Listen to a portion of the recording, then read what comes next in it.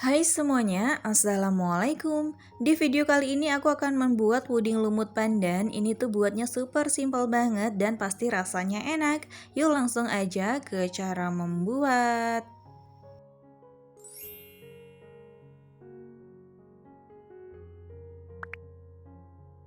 Pertama, siapkan panci, lalu masukkan 250 gram gula pasir. Kalau misalkan teman-teman mau yang lebih manis, bisa ditambah ya gulanya.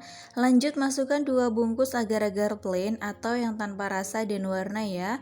Tapi kalau misalkan teman-teman mau pakai yang ada warnanya juga boleh. Nah, kemudian masukkan juga 2 bungkus santan kara ukuran 65 ml. Tapi kalau misalkan teman-teman mau pakai santan dari kelapanya langsung juga boleh ya. Kira-kira santannya sebanyak 1 liter.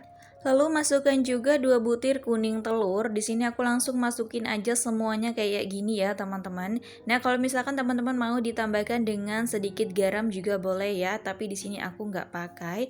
Atau mau juga ditambahkan dengan vanili bubuk juga boleh banget.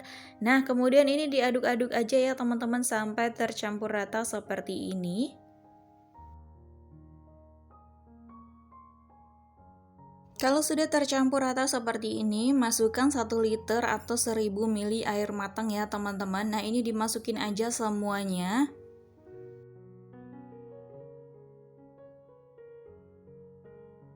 Sebelum dimasak ini diaduk-aduk terlebih dahulu seperti ini ya teman-teman, karena ini wadahnya terlalu kecil, jadi aku pindahin dulu ya teman-teman ke wadah yang agak besar, takutnya nanti kalau pas lagi masak itu meluber ya.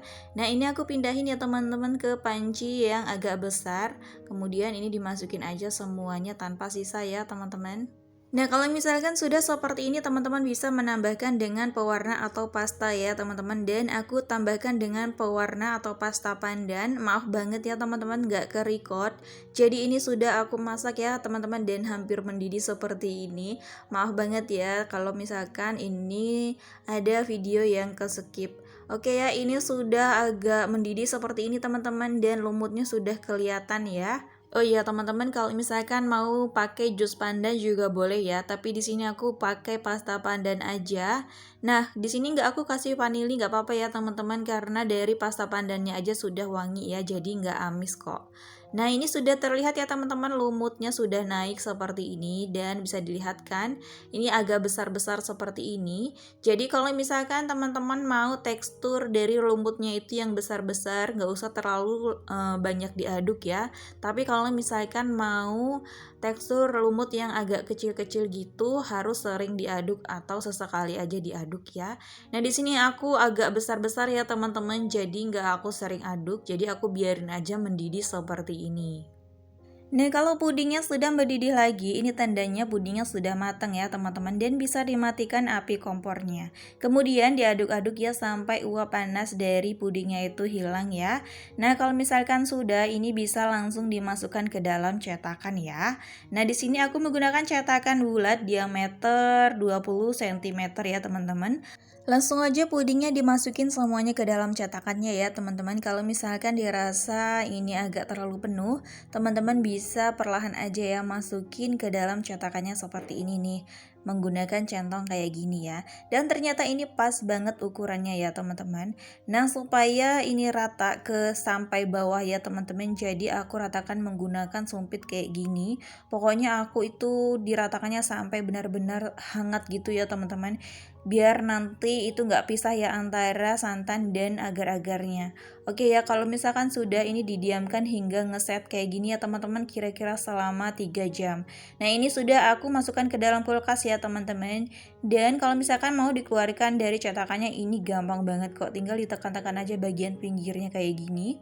Kemudian langsung aja dikeluarkan dari cetakannya. Kalau misalkan agak kesulitan untuk mengeluarkan agar-agarnya, teman-teman bisa menggunakan bantuan tusuk gigi ya, dan diletakkan di bagian pinggirnya gitu ya teman-teman.